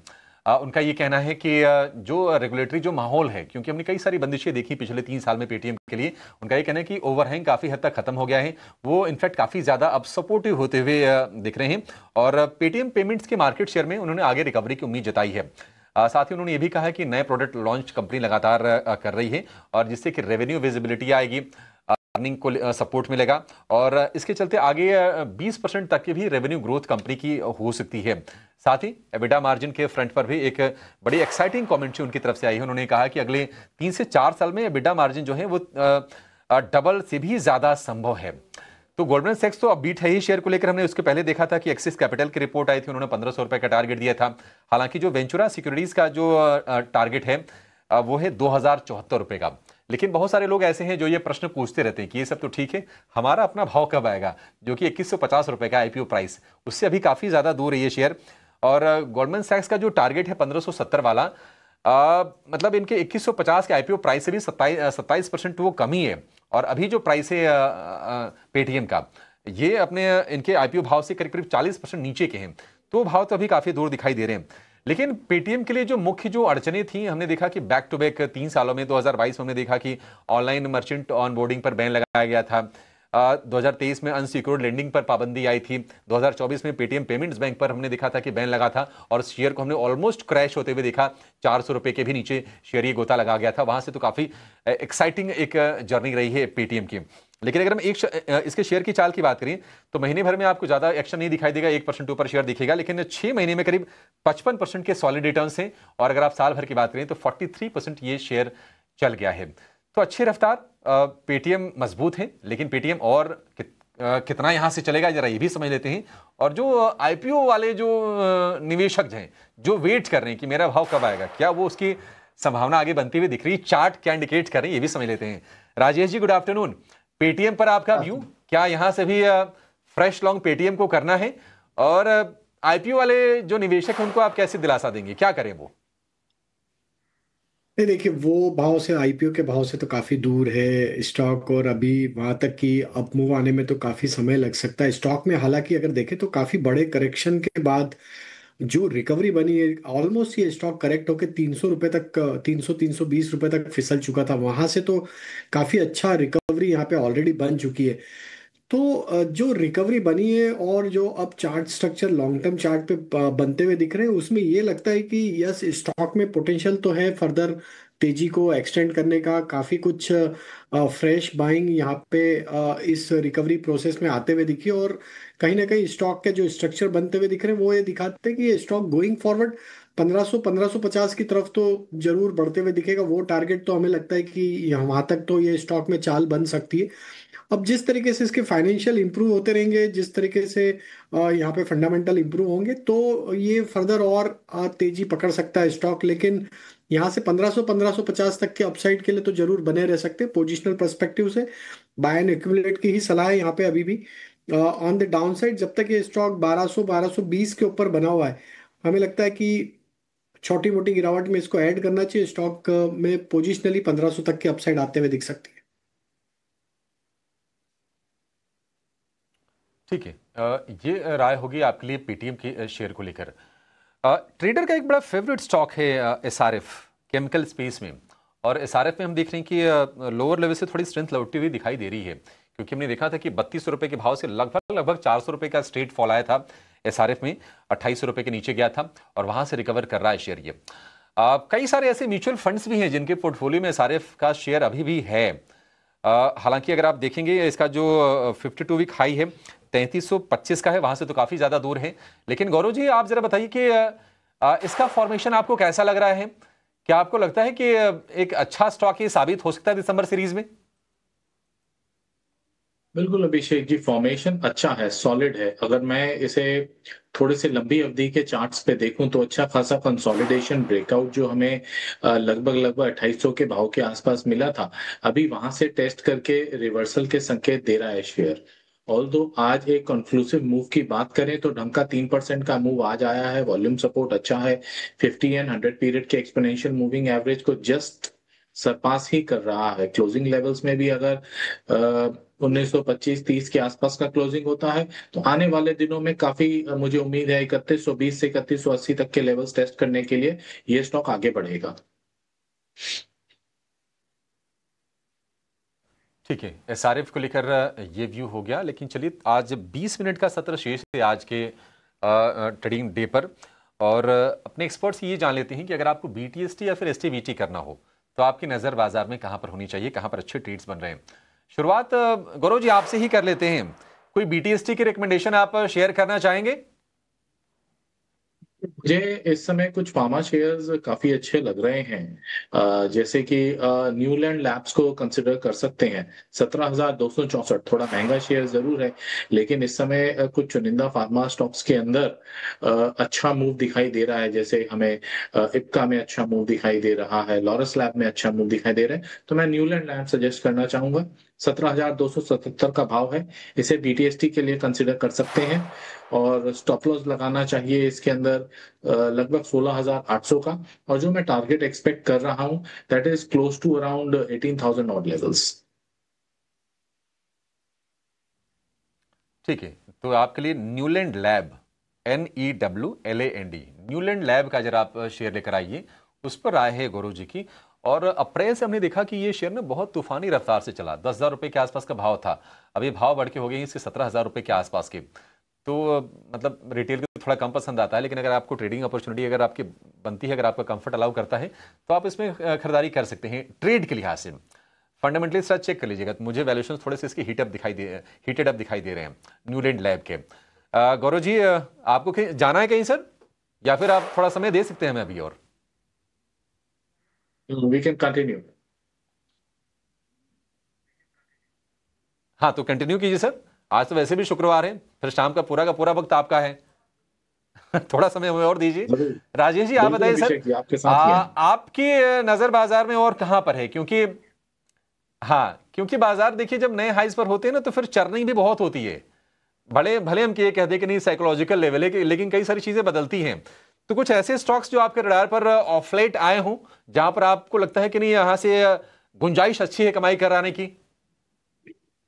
तो देखिए, जरूर चर्निंग होती है। न्यू ऑल टाइम हाई पे मार्केट जब आता है तो जो सेक्टर या जो स्टॉक्स मार्केट को न्यू ऑल टाइम हाई पे लेके आए, जरूर वहां पे प्रॉफिट बुकिंग होके पार्टिसिपेंट दूसरी अपॉर्चुनिटी ढूंढते हैं जहां पे अभी भी मूव आना बचा है, तो वो जरूर चर्निंग एक इनिशियली प्ले आउट होते हुए दिखती। बट अगर मार्केट वापस knew all time high trajectory के ऊपर कंफर्टेबली अगर 2-3 दिन और सस्टेन हो जाता है, तो फिर ब्रॉडर मार्केट भी पार्टिसिपेट करते हुए देखने को मिलता है। तो जनरली दिस इज द ये बिहेवियर हमने देखा है मार्केट में, जब भी कोई हम बड़े समय अंतराल के बाद कोई भी इंडेक्स सेक्टर में इस तरीके के हाई ब्रेकआउट होते या ऑल टाइम हाई पे आते, तो इसी तरीके से मार्केट रिएक्ट करता है। तो निफ्टी में भी वही देखने को मिल रहा है, आज साइडवेज कंसोलिडेशन है, लेकिन स्टॉक में हमें जहां लगता है कि एक बड़े अंतराल के बाद एक ब्रेकआउट बना है, जैसा कि निफ्टी में भी इतना समय लिया, वैसे जीएमआर एयरपोर्ट को अगर हम देखें तो ऑलमोस्ट यहाँ पे भी देखें तो 13-14 महीने के कंसोलिडेशन रेंज का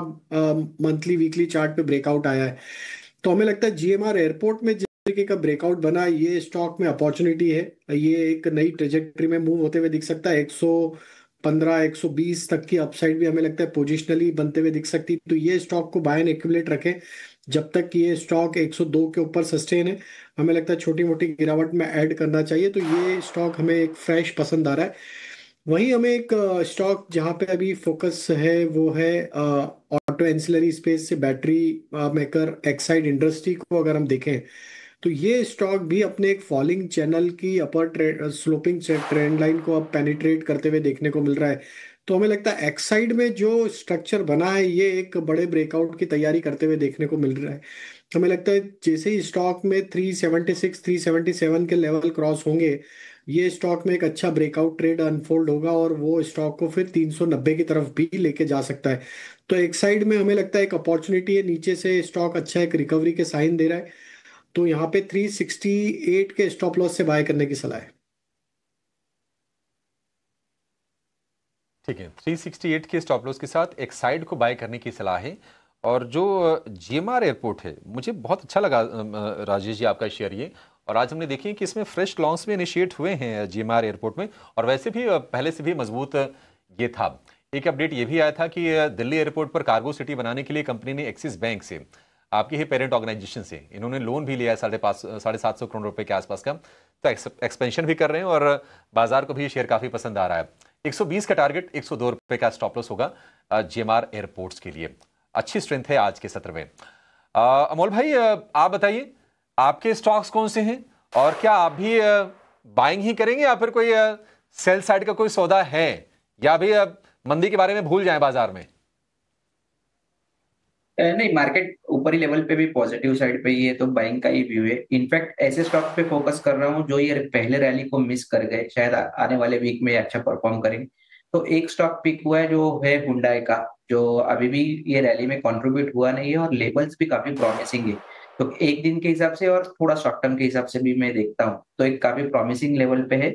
2325 के आसपास चल रहा है, 2280 स्टॉप लॉस रहेगा। और ऑन द हायर साइड अगर बाउंस बैक आता है ये स्टॉक में, तो कहीं ना कहीं ये स्टॉक 2480 और 2500 की तरफ बढ़ता हुआ आने वाले दिनों में देखने को मिल सकता है।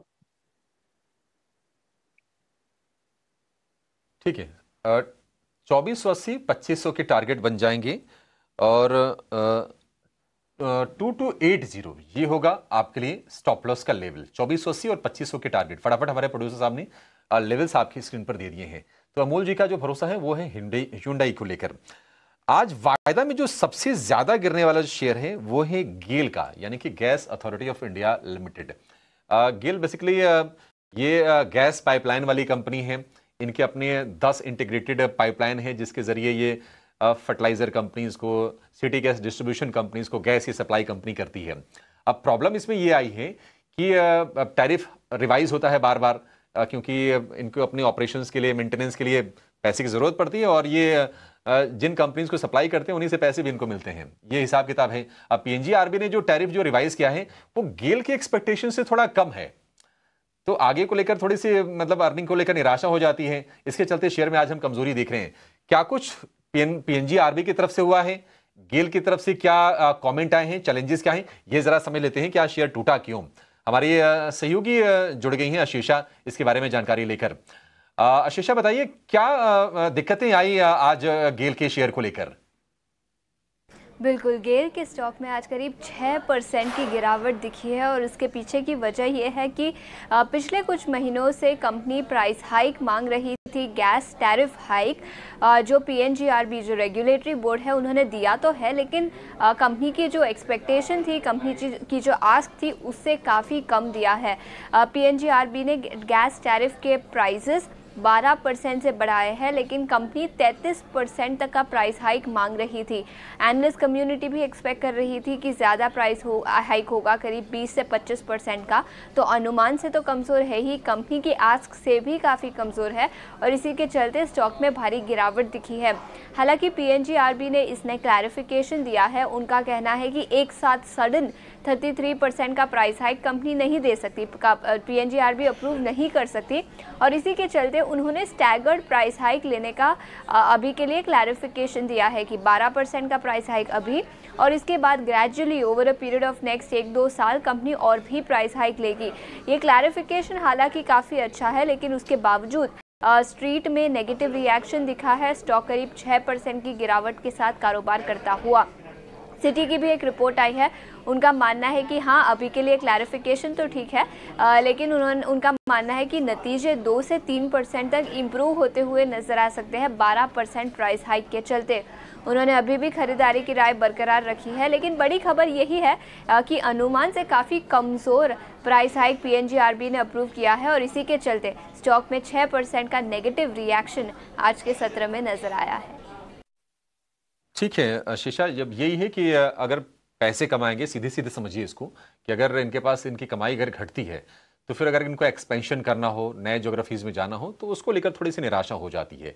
तो ये जो उम्मीद करके चल रहे हैं तो उससे काफ़ी कम हमने देखा कि टैरिफ निकल के आई है। इनकी जो डिमांड थी 78 पर MMBTU की इनकी डिमांड थी और जो पीएनजीआरबी के बोर्ड ने जो बढ़ाया है उसको 58.6 से बढ़ाकर किया है 65.69। तो इनके अनुमान से काफ़ी कम और यही वजह है कि शेयर आज गिरा है। हालांकि लोअर लेवल से थोड़ी सी रिकवरी की कोशिश ने जरूर की है। गौरव जी, गेल थोड़ा सा वीक भी रहा है पहले भी, अभी और गिरेगा या फिर अब संभल गया शेयर ये?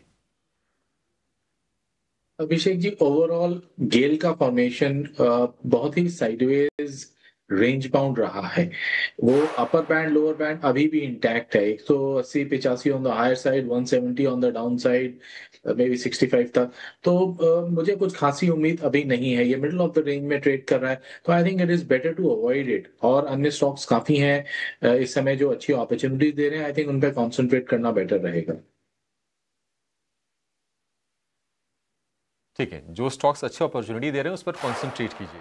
तो गौरव जी काम कीजिए, 2-3 शेयर ना आप छांट के रखिए, क्योंकि ना लोगों के पास थोड़ा पढ़ने लिखने का ना भरपूर समय होगा। वीकेंड आ गया है, 2 दिन की छुट्टी है, तो लोग अपने से भी पढ़ाई लिखाई करेंगे। आप जो शेयर बताएंगे उस पर आपसे थोड़ी देर में जानेंगे। लेकिन एक बार जरा यथार्थ हॉस्पिटल का शेयर आप जरा लेकर आइए स्क्रीन पर, क्योंकि दिन के निचले स्तर पर यह शेयर कारोबार करता हुआ दिखाई देगा। लिस्टिंग के बाद से तो मतलब आईपीओ से तो काफी ज्यादा कमाई कराई है यथार्थ ने, लेकिन आप देखिए आज 8% टूट गया। इसके टूटने की वजह यह है कि ग्लोबल हेल्थ यानी कि मेदांता की पेरेंट कंपनी है ग्लोबल हेल्थ, मेदांता अपना हॉस्पिटल खोल चुकी है नोएडा में और डायरेक्ट कंपटीशन यथार्थ को मिलता हुआ दिखेगा, जिसकी एक तरह से नोएडा एक्सटेंशन के इलाके की अगर हम बात करें तो वहां पर एक तरह से यथार्थ की मोनोपोली है। तो ये एक चैलेंज है यथार्थ हॉस्पिटल पर। राजेश जी आपसे व्यू चाहिए। आज तो इसमें क्रैश है, आगे भी हो सकता है कि एक टेंशन तो इसके लिए रहेगी। ये कैसा लग रहा है आपको चार्ट इसका? नहीं तो देखिए अभिषेक जी, यहाँ पे अगर हम इसके वीकली चार्ट भी देखें तो पिछले 7-8 वीक में स्टॉक का हायर साइड पे कहीं ना कहीं स्ट्रगल करते हुए देखने को मिला। करीब 840 के आसपास इसके मेजर सप्लाई जोन बने हुए थे, जिसको ये सरपास करने में कामयाब नहीं रहा। और अब जो गिरावट बनी है पिछले हफ्ते और ये हफ्ते में भी कैरी फॉरवर्ड हुई है गिरावट, तो उसमें अब स्टॉक ने अपने near term short term chart पे एक सपोर्ट का ब्रेकडाउन ऑलरेडी यहाँ पे किया है और अब stock 20 day 50 day moving average के नीचे भी फिसलते हुए दिख रहा है।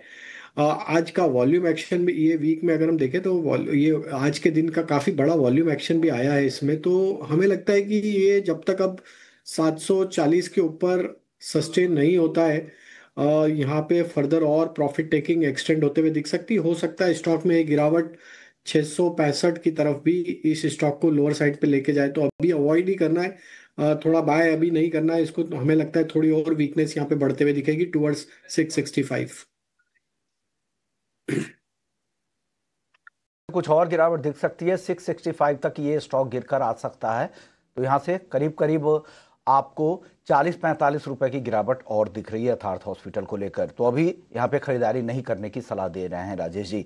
चलिए, लेकिन बाजार बंद होने के बाद दूसरी तिमाही के जीडीपी ग्रोथ के नंबर्स भी आने वाले हैं। ग्रोथ को लेकर क्या अनुमान है, इकोनॉमिक्स क्या कह रहे हैं और क्या ट्रेंड दिख रहे हैं, ये समझते हैं। हमारी सहयोगी मिताली जैन जुड़ गई हैं। मिताली, बताइए क्या डिटेल्स है। जी बिल्कुल, इस बार इंडियन इकोनॉमी एक बार फिर से एक स्ट्रॉन्ग क्वार्टर दिखाने की तैयारी में है। इस हफ्ते जो ऑफिशियल डेटा रिलीज़ होने वाला है क्वार्टर 2 के आंकड़ों के साथ जीडीपी की ग्रोथ के नंबर्स, उनके एस्टिमेट्स के मुताबिक बताया जा रहा है कि जीडीपी का ग्रोथ 7.3% के आसपास देखने को मिल सकता है, जो बताता है कि ग्लोबल अनसर्टनिटी के बावजूद यहाँ पे कैसा स्ट्रॉन्ग मोमेंटम बना हुआ है। रिजर्व बैंक ऑफ इंडिया ने जो ग्रोथ एस्टिमेट करी थी वो थी करीबन 7%, लेकिन जो ब्रोकरेजेस है वो थोड़े ज़्यादा बुलिश नज़र आ रहे हैं।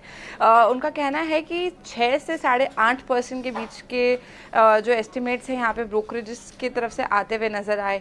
अब इस स्ट्रॉन्ग परफॉर्मेंस के पीछे जो मेन कारण रहे वो है रूरल डिमांड, जिससे ज़्यादा सपोर्ट मिलता नज़र आ रहा है। साथ ही जो एग्रीकल्चरल आउटपुट है वो अच्छे मानसून के कारण काफ़ी अच्छा देखने को मिला है, और साथ ही इन्फ्लेशन की दरों में जो ईज़ आया है उसके कारण भी यहाँ पे काफ़ी सपोर्ट देखने को मिला है। तो एग्रीकल्चर, मैन्युफैक्चरिंग और कंस्ट्रक्शन सेक्टर्स की ग्रोथ से और जो सरकार ने इस बार कैपिटल इन्वेस्टमेंट किया है वहाँ से भी जो बढ़ोतरी आती हुई दिखी, उसके कारण इकोनॉमी को काफ़ी ज़्यादा पुश मिलता हुआ नज़र आया है। लेकिन प्राइवेट इन्वेस्टमेंट की बात करें तो वो इस क्वार्टर में काफ़ी वीक देखने को मिला, क्योंकि कंपनीज अभी भी जो ग्लोबल अनसर्टनिटीज़ है उसके चलते एक्सपेंशन को लेकर थोड़ा अभी हिचकिचा रही है। पिछले कुछ क्वार्टर्स में हमने देखा कि इंडिया की जो ग्रोथ थी वो ज़बरदस्त देखने को मिली। क्वार्टर 1 के आंकड़े 7.8% जीडीपी के साथ सामने आए, और FY25 का जो चौथी तिमाही थी वहाँ पे भी हमने देखा करीबन 7.4% की जीडीपी की ग्रोथ के आंकड़े सामने आए थे, और जिसके कारण इंडिया दुनिया की जो फास्टेस्ट ग्रोइंग इकोनॉमीज़ है उनमें से एक उभर कर आया है। लेकिन आगे चल के जो यहाँ पे एनालिस्ट है वो थोड़ा कॉशियस संकेत दे रहे हैं। वो बता रहे हैं कि ग्रोथ जो है वो थोड़ी धीमी देखने को मिल सकती है आने वाले क्वार्टर्स में, 6.8% और 6.3%, क्योंकि जो ग्लोबल अनसर्टेनिटीज़ चल रही है वहाँ से कुछ हेडविंड्स आते हुए नज़र आ रहे हैं, और FIIs का जो मार्केट से पैसा उठाने का सिलसिला है वो भी बरकरार दिख रहा है। पर फिलहाल के लिए जो क्वार्टर 2 के आंकड़े हैं जीडीपी के लिए वो काफ़ी ज़्यादा स्ट्रॉन्ग देखने को मिल सकते हैं, और 7.3% की यहाँ पे जो स्ट्रीट्स है वो यहाँ पे एस्टिमेट करती हुई नज़र आ रही है। ओके, तो ये ट्रेंड दिख रहा है जीडीपी ग्रोथ को लेकर। चलिए, अब वक्त नहीं बचा, 1-2 घंटे में आ ही जाएंगे, 5 बजे के आसपास में जीडीपी ग्रोथ के नंबर आ ही जाएंगे। तो ये अनुमान क्या है ये आपको हमने बता दिया है। लेकिन अगले हफ्ते के लिए कौन से ऐसे स्टॉक्स होंगे जिन पर आपको नजर रखनी चाहिए, आपको किस तरह से तैयारी करनी है? गौरव जी, आप बताइए, आपने कुछ स्टॉक्स आइडेंटिफाई करके रखे हैं अगले हफ्ते जिन पे नजर रखनी चाहिए ट्रेडर्स को? बिल्कुल विष्णु मोहन जी, मुझे बजाज ऑटो का शेयर काफी इंप्रेसिव लग रहा है करंट लेवल्स पे। इस शेयर के अंदर एक अच्छा कंसोलिडेशन फेज चलता हुआ दिख रहा है। यहाँ से ब्रेकआउट अवेटेड है ऑल्दो, लेकिन जो स्ट्रक्चर है तो वो इससे हम सजेशन ये ले रहे हैं कि इसे प्रीएम्प्ट कर सकते हैं। 9078 के आसपास चल रहा है। मुझे उम्मीद है इसके अंदर जैसे ही अपमूव आएगा, it is just a matter of time, कभी भी हमें देखने को मिल सकता है। अपकमिंग वीक में 10,500 तक का आंकड़ा इसके अंदर हमें तुरंत ही दिखना चाहिए। उसके साथ साथ एक और शेयर मेरे रेडार पे आया है अच्छा, that is Adani ports. Adani ports की भी शानदार फॉर्मेशन है। अपने जो रिसेंट पीक्स जो स्टॉक ने बनाई थी उसके ऊपर कंफर्टेबली सस्टेन कर रहा है। 1494 के अराउंड के वो पीक्स थे, अब उसको अच्छा से सस्टेन कर रहा है। मुझे उम्मीद है इस शेयर के अंदर अगली चाल में ये 1650 से 1700 के भाव की तरफ आगे बढ़ेगा। देयरफॉर ये दोनों स्टॉक्स को अपने रेडार पे रखना चाहिए, कभी भी इनके अंदर एक अच्छा स्ट्रॉन्ग मूव देखने में मिल सकता है।